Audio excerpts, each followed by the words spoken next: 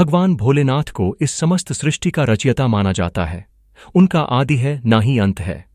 पौराणिक कथाओं के अनुसार भगवान शिव का विवाह पार्वती जी के साथ हुआ था।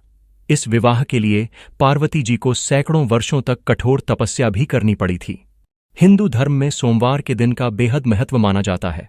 सोमवार का दिन भगवान भोलेनाथ लॉर्ड शिवा को समर्पित होता है।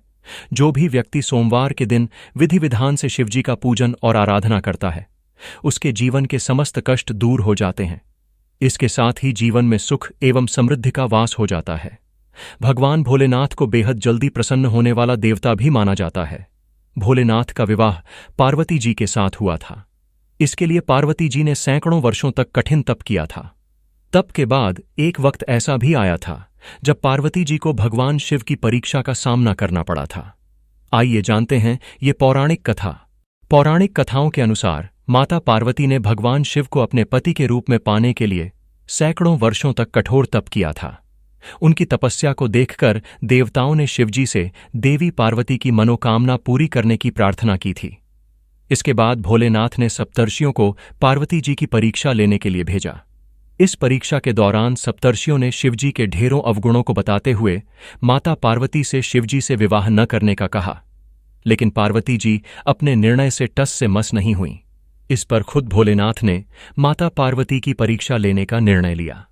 माता पार्वती के तप से प्रसन्न होकर शंकर जी उनके सामने प्रकट हुए और उन्हें वरदान देकर अंतर्ध्यान हो गए। कुछ क्षणों बाद ही एक मगरमच्छ ने एक लड़के को पकड़ लिया और लड़का मदद के लिए पुकारने लगा। बच्चे की आवाज सुनकर पार्वती जी नदी किनारे पहुंची और उनका मन द्रवित हो गया। इस बीच लड़के ने माता पार्वती को देखकर कहा कि मेरी न मां है न बाप, न कोई मित्र ही है। माता आप ही मेरी रक्षा करें।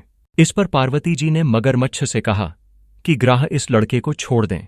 इस पर मगरमच्छ ने कहा कि दिन के छठे पहर जो मुझे मिलता है उसे आहार बनाना मेरा नियम है। पार्वती जी के विनती करने पर मगरमच्छ ने लड़के को छोड़ने के बदले में पार्वती जी के तप से प्राप्त वरदान का पुण्य फल मांग लिया। इस पर पार्वती जी तैयार हो गईं। मगरमच्छ ने बालक को छोड़ दिया और तेजस्वी बन गया। अपने तप का फल दान करने के बाद पार्वती जी ने बालक को बचा लिया और एक बार फिर भोलेनाथ को प्रसन्न करने के लिए तप करने बैठ गईं। इस पर भोलेनाथ दोबारा प्रकट हुए और पूछा कि तुम अब क्यों तप कर रही हो? मैंने तुम्हें पहले ही मनमांगा दान दे दिया है। इस पर पार्वती जी ने अपने तप का फल दान करने की बात कही।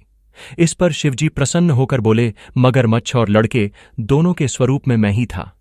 मैं तुम्हारी परीक्षा ले रहा था कि तुम्हारा चित्त प्राणी मात्र में अपने सुख दुख का अनुभव करता है या नहीं। तुम्हारी परीक्षा लेने के लिए ही मैंने ये लीला रचाई थी। अनेकों रूप में दिखने वाला मैं ही एक सत्य हूं। अनेक शरीरों में नजर आने वाला मैं निर्विकार हूं। इस तरह पार्वती जी शिव जी की परीक्षा में उत्तीर्ण हुई और उनकी अर्धांगिनी बनी।